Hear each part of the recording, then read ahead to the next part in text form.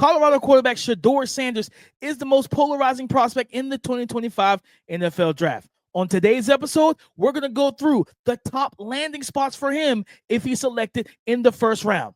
That and more coming up next.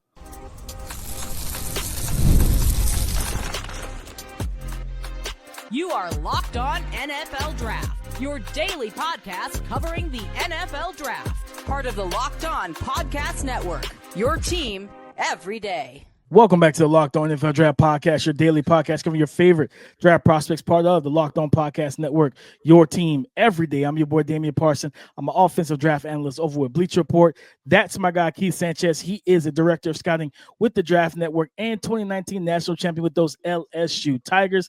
And as always, thank you for making Locked On NFL Draft your first listen today and every day. Shout out for being our every dayers, guys. We have a fun one. We're going to talk about the top landing spots for star quarterback out of Colorado, Shedeur Sanders. And then would you rather Abdul Carter or Travis Hunter as the top prospect in the draft? And then we're going to talk about Will Johnson's pro day. We're going to react to that. But before we can get into all of that, guys, today's episode is brought to you by GameTime. Download the GameTime app, create an account, and use the code LOCKEDONNFL for $20 off your first purchase. Shedeur Sanders, Keith, star quarterback out of Colorado, one of the, I'll probably say the most polarizing prospect in this draft. I don't think anybody has as much of a pendulum swing when it comes down to how people feel about him more than Shedeur Sanders. And you look at the top spots in the teams that need quarterbacks in this draft: the New York Giants, the Cleveland Browns, the New Orleans Saints. Those are like the top three outside of Tennessee. Tennessee, you're just gonna scratch that because that's Cam Moore. So cool. But those are the top three teams, and all three of those teams are inside the top 10 picks. Oh, I forgot, the Pittsburgh Steelers also need a quarterback. Keith, what are the top landing spots for you when it comes down to Shedeur Sanders that could realistically happen? Yeah, this is tough, right? Because we kind of said this on yesterday's podcast in regards to Jalen, but I just feel like this about the Giants and the Browns. Like, if you need a quarterback, just take them. Why are we overthinking this process? And I get it, right? And you have, because either way, you're putting yourself in position to where 2026, nothing will be different. Meaning that you're going to have a stopgap situation, and then we're going to say, oh, we need a quarterback, right? And then you're still going to be trying to figure out which quarterback do you need. You're both sitting here at the position, right? Let's say if Joe Flacco comes in here and he plays, if he plays better than expected, or Kenny Pickett, right, or whatever it may be, right? And now you're sitting there, and instead of being at pick 2, you're at pick 15, 16. Same thing for the New York Giants. Russell Wilson comes in here, elevates the Giants. The Giants are a middle of the road team, right? They're a 9-8 type of football team. Now you're sitting at pick 20. And now you're not in range. Now you have to trade 3 first rounders to try to get a young quarterback. Why not take them now? And I understand the opportunity to draft a Travis Hunter or Abdul Carter, right? I don't want to say that those guys are blue chip prospects, right? But can you find another premier edge rusher, right? And the especially with the first of all, honestly, both of these teams, right? That Abdul Carter, both of y'all have edge rusher ones, right? Both of y'all have guys, and the Giants, you also have a wide receiver one and Malik Neighbors, right? So even if you look at it from that perspective, from the logic part, like I said, unless you just totally don't like Shedeur Sanders, I would say that those two are ideal landing spots because they fill team needs. Like, and it's very rare that a team like your team need, it's sitting and you're in position to draft that guy. 100%. And I think the Giants are supposed to be hosting him for one more private workout before the draft. So they're doing all of their due diligence on Shedeur. I think the PR is the Giants just kind of, I feel like the Giants, out of fear, backed themselves into a corner where they're going to piss their fan base off because of the fact of, like, so you were afraid that you weren't going to get Shedeur, so you went and got 2 veteran quarterbacks, right? So you're like, yeah, we could take BPA, and the fans were all for that. If you then double down and get Shedeur and pass on BPA after getting 2 quarterbacks who are ample starters for you, capable starters, the fan base is going to be looking at you like, so now we have a bunch of quarterbacks. We need cornerback help. We do need D-line help. And we went quarterback. I think that they should have, to me, it's like, okay, if you get Russ or if you just got Jameis, Like that was the doubling down on 2 veterans was just, it was odd to me. Like, okay, if you get Jameis, cool. If you take Shedeur, fans will be like, yeah, okay, I get it. Like Jameis is like he can start for us, but he might throw 4 interceptions. Like he talked about it. I need help with prayer to get rid of these pick 6 demons. He said that, last year with the Browns. Or if you take Russ, you're like, all right, great. We still get Shedeur, but they went and got two veteran quarterbacks who can come in and get the ball to their weapons. And it was just like, okay, so are you planning for next year? Like, and that's what it felt like to the fans. So they just kind of backed themselves into a corner. My ideal spot, Keith, and we'll see if he lasts that long, is 9 to the New Orleans. So you know what let's Rashid Shaheed. Yeah, no, let's talk draft rumors, right? This is what we know. That teams, if you're not sitting at the number 1 spot, or if you're not sitting at pick 2, essentially, right? You're not really showing your hand to what you want to do.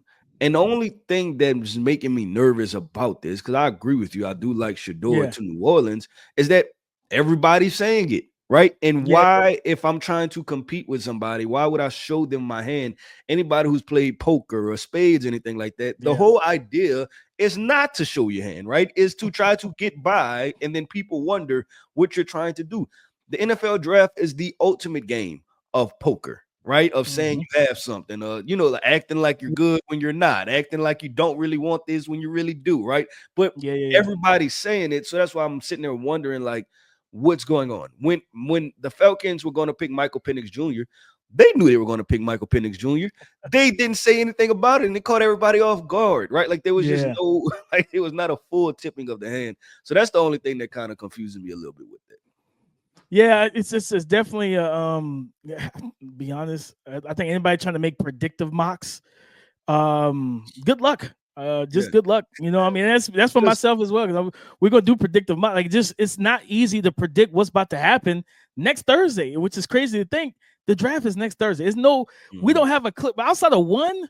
There's no clear-cut answer for 2 or 3. 4, the Patriots are sitting there waiting for whoever's at 2 or 3 to mess up so they can get the blue chip player that they want. He's like, take a quarterback. We want Travis Hunter. We want Abdul Carter.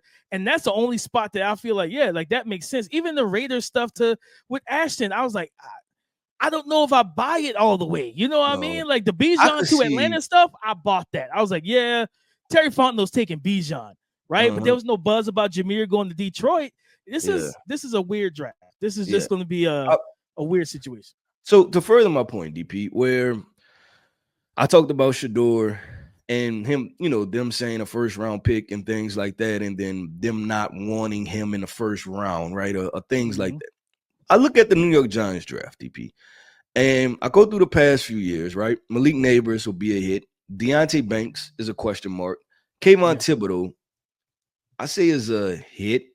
Evan Neal, not so much, a no. Kadarius Toney, a no. Andrew Thomas, a no. Daniel Jones, a no, right? That goes all the way back to 2018 when they drafted Saquon Barkley. So my point is that y'all haven't been hitting on first round picks anyway, right? So like, why not try to take a quarterback? And I'm being serious, right? Like, why not try to draft a quarterback and say, hey, we could potentially have a future of our franchise and move forward that way if you like him. And like I said, both of those teams, in my opinion, are not in the you don't even have to love him. You could just like him because he falls in that range. Because if it was a cornerback, right, you would like, and you sitting at pick 20, most of those corners are not corners you love. You just like them. You're like, hey, these are really good players, right? Like that's what happens when you're not selecting in the top 10 to 12 picks of each draft where all the blue chip prospects are.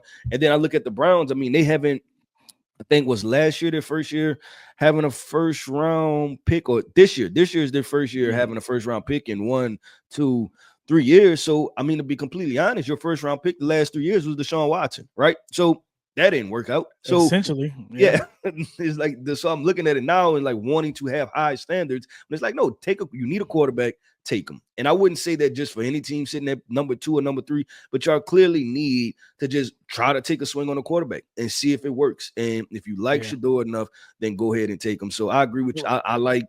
I think the Saints, for me, is like, don't get me wrong, Shedeur throwing the Malik Neighbors is super enticing. I love that. Yeah, I'm like, man, you put them in New Orleans, you get a dome. Like I think he get dome games like what four games a year, or half of them, because you got 2 games. You got at least a game against Atlanta, and they have a dome.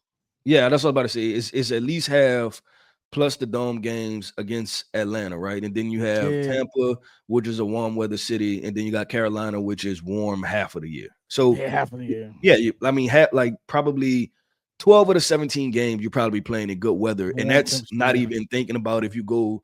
If you go to Detroit, it's cold outside, but you're playing in a dome. If you go to Minnesota, you're playing in a dome, right? So it's one of those situations. So I agree with you, deep people. Let's talk about this, man. Abdul Carter versus Travis Hunter, because it seems like the Giants, right, and the Cleveland Browns, that's what they're battling over. So let's talk about.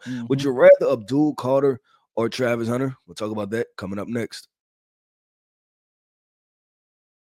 There's nothing like the atmosphere of an NBA playoff game. Every bucket, every defensive stop, every moment feels huge. It's electric in the arena. And with Game Time, you can be a part of it without the stress of last-minute ticket hunting. Game Time makes it fast and easy to get playoff tickets, even when demand is sky high. Prices on the app actually go down as tip-off gets closer. And their last-minute deals can save you up to 60%. Save up to 60% off buying last-minute tickets for sports, concerts, comedy, theater events, and more around you. The all-in pricing means no surprise fees at checkout. What you see is what you pay. Take the guesswork out of buying tickets with Game Time. Download the Game Time app, create an account, and use the code LOCKEDONNFL for $20 off your first purchase. Terms apply. Again, create an account, use the redeem code LOCKED ONNFL for $20 off. Download Game Time today. Last minute tickets, lowest prices guaranteed. Would you rather 2 blue chip prospects on the board, and you're on the clock? Abdul Carter, edge rusher from Penn State, and corner / receiver / cornerback Travis Hunter. Man, this is Keith. I'm of the mindset, if I'm building my team, right, especially I'm building the trenches first. So it's like if I'm a Giants or a Browns, and it's like, yeah, like especially the Browns, like you got Myles Garrett. And I think I said this like before, man. You look at numbers, and it's like people like just this in that AFC North. There's a battle between Steelers fans and Brown fans. Who's the best pass rusher? Myles Garrett or TJ Watt? And then it's like you look at some of the advanced metrics for most of their career. Myles Garrett is getting double, even triple team, and TJ Watt's getting a lot of one-on-one opportunities because, well, the Steelers just drafted better, right? You know, they have better players around them where you don't really you can't really focus in on him as much as you do on Myles Garrett, who didn't have a lot of talent around him on the D line. And it's like, as much as Travis Hunter, like if you think about him as a corner, and you know I love him, and his pro, I think his season is all pro as a corner. I think this guy could be one of those dudes who takes the ball away, but also cover very well. Not like a Deron Bland having 7-8 interceptions, but you give up 900 yards receiving. I think Travis is a much better corner than that. But I'd rather build from the trenches. So I'd rather have an Abdul Carter, that guy. And it's crazy enough, Keith, it's similar to between these two because you kind of look at them both the same way. Travis Hunter plays wide receiver and corner. Abdul plays off ball backer and edge. So it's like, you know what? I still get a multifaceted player that can help me in multiple ways and not just be a positional, just a positional static player. So for me, and the would you rather, both of these guys are blue chips. I'd rather have Abdul Carter because I know the key to stopping offenses is getting to the quarterback. You can have a really good secondary, right? But if you can't rush the passer, you're typically dead to rights. Yeah, so I want to ask you this. And I'll give my answer after. But I think that you kind of comp this from Abdul Carter, the defensive player, and Travis Hunter playing more corner, right? But what if where do you view Travis Hunter, the wide receiver, and as far as his talent level, like how high do you think he's a top 5 to 7 wide receiver? Do you think he's a top 15 wide receiver? Like, what do you like? Yeah. How high is his ceiling at wide receiver for you? I think his ceiling is extremely high at receiver as well. I think he's got a high ceiling at both. I think he could be an all-pro corner mainly because of the ball skills and taking the ball away. And keeping points off the board, but then I think he could score a lot of points as well, and be one of those. I think he could be a top 10, at worst top 12 receiver in the league. There's some development that needs to happen at both positions, and there's some stuff that he's got to fix at actual playing receiver against NFL corners. But yeah, I think he's got a high ceiling at both. Yeah, because I'm trying to think of, because what I want to do is I really want to throw out some comps, right? Like current NFL today comps. And the question, I guess, it comes down to is one, projecting what position you think Travis Hunter will probably play majority at, right? And then the comp. So I would like to ask something like similar to, okay, if we feel like Travis Hunter is the best wide receiver in the draft, right? And he's right in line with being a superstar guy like a Justin Jefferson or something like that, right? So it kind of comes down to roster building conversations. Would you rather Justin Jefferson or would you rather Michael Parsons?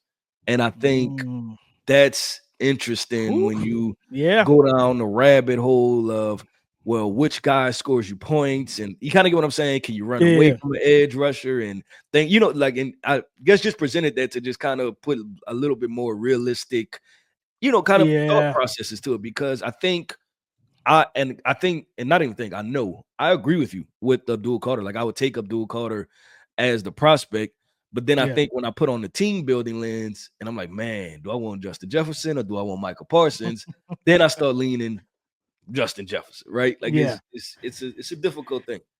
It's a very difficult thing to decipher through, because it's like you look at, I think for me, it's like, okay, it's like you said, because I think I've said that to you before. It's like, I feel like if he gets to if he plays no snaps at corner and he's just strictly a wide receiver, I think he could get to that Justin Jefferson level of a ceiling.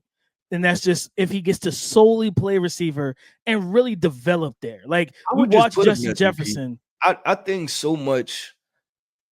He's told us without telling us. I think he likes playing corner. I think he loves playing wide receiver. And the reason is because he didn't do any workouts at DB, right? Yeah. And because I think if he really wanted it, all he had to do was backpedal, DP. I was there. There was a lot of field. All he had to do was just backpedal twice, right? Just show me a little something, just a little something. You know what I'm saying? Big your knees a little bit and go backwards. And I'd be like, okay, he kind of wants to, but watching it unfold, and he just went straight to workouts for Shedeur, right? With the wide receiver stuff. So it was an interesting situation, but I don't mind saying that Travis Hunter's a wide receiver neither. Like, I think I don't also want to force it. Like, I rather want to play wide receiver, just play wide receiver because you're a really good wide receiver. That's gonna be the team building conversation with that guy. Like, if for teams bringing them in for visits and stuff like this, like, hey, listen, man, we don't have a need at corner. We have a need at wide receiver. Like, I know you said you want to play both sides. We're probably not letting that happen. You know what I mean? Because it's like, that's gonna be the main thing. Is just like, I think we said this before. Owners are going to step in and is like, listen, I'm gonna be paying you a lot of money, and I want you to be healthy as much as possible. So if I'm gonna be paying you a lot of money, I need you to be impactful in one specific position that limits the wear and tear or limits the hits and the contact and stuff like that. Yeah, you know what it is too, is that we try to, I think we've made it it has to be a conflict, right? As far as Travis Hunter playing both position or one position, like, oh, well, you can't tell a guy he can't play both. And it's like, no, why this can't be simply when I'm cutting the checks, yes, I can. Why this can't be, hey, what's up, big dog? Question. Can you just play wide receiver for us? And he just said, okay, cool. I'm fine with it. Right? Like, just have a conversation. Yeah, and it doesn't have to be angry, right? Because I think that's been the kind of inflection point of like, can he do it in NFL? But how NFL teams know is like, what if they just say, hey, like, we want you to play wide receiver, big dog, and he's like, I'll do whatever it helps for the team, right? And it doesn't have to your point. The Giants don't need they got Darius Slayton, they have Wan'Dale Robinson, they have Theo Johnson at tight end, they have Malik Neighbors. They truly don't need a wide receiver. What they need is a corner, because Deontay Banks has been the big question mark for them since being drafted. So it's like, all right, if the Giants draft you, they're probably going to say, hey, big dog, we need cornerback help, man. It's like, or not even when they draft them, that's probably going to be the pre-draft conversation. We need you to play corner probably 90% of the time, closer Yeah. to 100, rather than you playing wide receiver. We might throw you out there if there's, somebody gets hurt and we need an extra receiver on an 11 personnel for whoever's at quarterback, Russ or Jameis or whatever, then fine. But it's like, yeah, we're probably gonna play you more at corner, and I think that's gonna be the whole conversation for him. It's just figuring out what do you want to do with them. And I think, like, even if he is don't get me wrong, because then it becomes to the comp thing you were talking about. Okay, if he's Justin Jefferson, do I want Justin Jefferson or do, like you said, Micah Parsons or Von Miller? You know what I mean? It was like, that's a very difficult question to ask somebody. You know what I mean? Because it's like, at the end of the day, like, man, it's crazy because, like, the phrase for a long time was defense wins championships. And people was like, well, nowadays you got to score. And I was like, and now I'm looking at the league today. Offense wins regular season.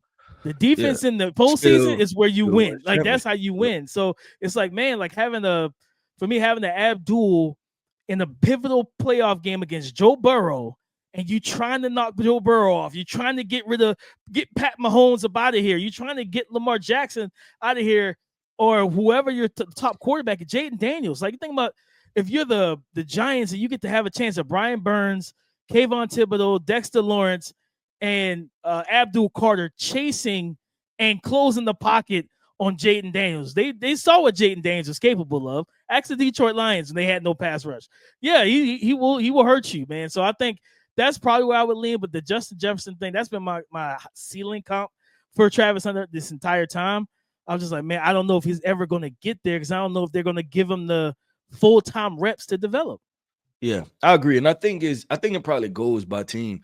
The Giants, I think I like them better with I like Abdul Carter better. The Cleveland Browns, I think I like Travis Hunter fitting in that spot. But if I had to just choose one prospect and you had to hold me to that, I'm going Abdul Carter first, just because, like you said, the line of scrimmage things and how they're able to be disruptive in that manner. But DP, let's talk about this, man, because CB1 over here Locked On NFL Draft, Mr. Will Johnson finally had a pro day, right? And what is our reaction? Once again, we had another prospect that didn't run a 40 time. So we're going to talk about our reaction and how we feel about that and how we feel about Will Johnson. Did he maintain the CB1 level, or is he sliding down our board? We're going to talk about that coming up next. As a small business owner, your work doesn't end when the clock hits 5. Your business is always on your mind, which means when it's time to hire, you need a partner that works just as hard as you do. That's where LinkedIn Jobs comes in. When you clock out, LinkedIn clocks in. LinkedIn makes it easy to post your job for free, share it with your network, and get qualified candidates all in one place. Post your job. LinkedIn's new feature can help you write job descriptions and then quickly get your job in front of the right people with deep candidate insights. And here's a pro tip. Add the hashtag hiring frame to your profile picture to double your reach to qualified candidates. No wonder 72% of small businesses say LinkedIn helps them find high quality hires. Post your job for free at linkedin.com/lockedonnfl. That's linkedin.com/lockedonnfl to post your job for free. Terms and conditions apply. Thank you for making Locked On NFL Draft your first listen today and every day. Shout out for being our everydayer. Our CB1, Will Johnson, the guy that's been nicked up and banged up with injuries since like week 5 of the college football season. Wasn't able to do anything at the combine. He was supposed to work out at the Michigan Pro Day. Then he tweaked his hammy, working out, getting ready for it. And then he finally had his actual own individual pro day. He did not run a 40, but I believe he did some of the other drills. He had a 37-inch vertical leap. He did do the short shuttle run. He clocked in at 4.33 in the 20-yard short shuttle. And then he did positional drills as well. I think Dane Brugler said that the word he put in quotations was smooth. If I remember correctly, I believe he said smooth for his on-field drills. Keith, reacting to the pro day, not having the 40 time, how do you weigh that with a guy like him, in terms of Will Johnson? And we know the speed at the cornerback position could be make or break for some guys. Yeah, I mean, speed applied to the cornerback position obviously matters, right? It matters tremendously because you're probably covering you have to be a supreme athlete because you're covering supreme athletes, right? That's just what it comes down to. Um, him not running a 40. Selfishly, as a talent evaluator, and I think I've said this before, I want to see you run a 40. I want to have every box checked, every question mark answered, every data point. I want everything, right? I want to know it all. It just simply as a talent evaluator, not having it and understanding that it's becoming a trend.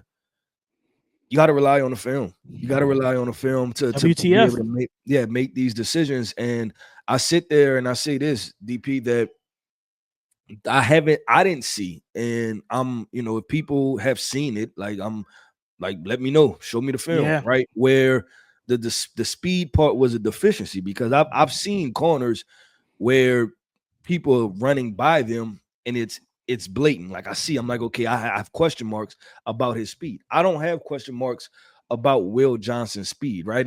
And if he's a 4.3 guy or if he's a 4.47 guy, I think 4.47 is plenty fast enough to be a CB1 in the NFL. I can't remember 100% DP, but Derek Stingley 40 time.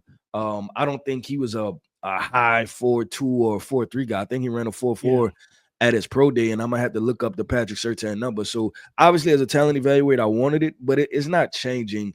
It's not moving how I feel. And I'm trying to be consistent because I know we talked about this just a couple weeks ago with the Ashton Genty conversation. And the reason is because I want to know how fast Ashton Genty was, is because sometimes I think he can run a 4.4, and sometimes I think he runs a 4.53, right? Like, and so that's why I wanted. What'd you say? Depending on the competition. Yeah, right. Depending on the competition, depending on who he's playing, what Mountain West defender he's facing.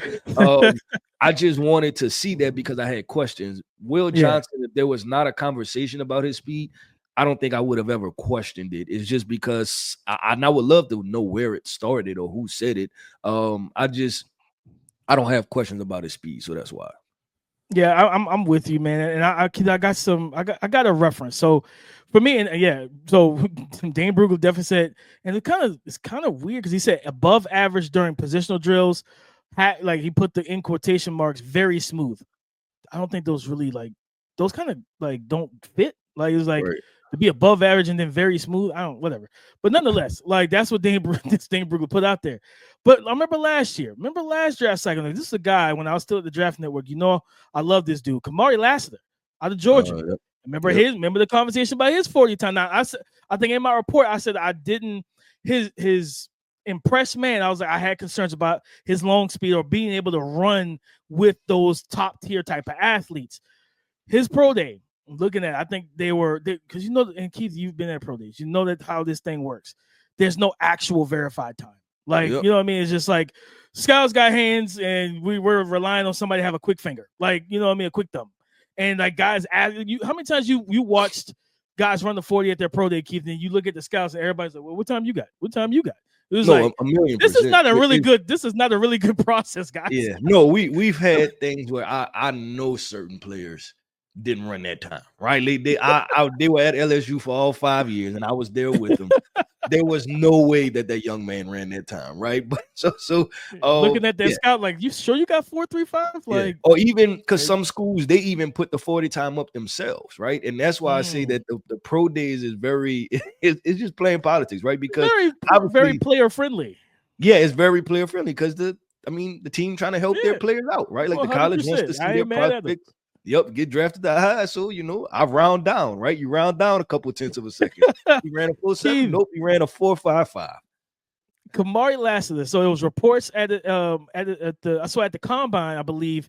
I think he ran like 4.5. And then I think at his pro day, there was reports that he ran a 4.6, 4.65. Then some people had him at 4.51. Yep. All of that, right? And he got to Houston and did what? He was a baller. Like the speed never became. No one asked a question about his speed. He had 3 interceptions all season. He allowed, I think, 4 total touchdowns. And he was a guy that, teams want to stay away from Derek Stingley. So they typically want to go after the rookie. And he held his own. He locked it down. He played great ball all season for D'Amico Ryans. You know what we didn't say? Man, he runs a 4.6 40. No one cared. Once we get into the lines of the game, can you cover? Are you instinctive? You know how many times we see fast corners who run blazing times, and you get out there, you got to process information, and it's like, well, you're not able to play fast because you're not seeing it.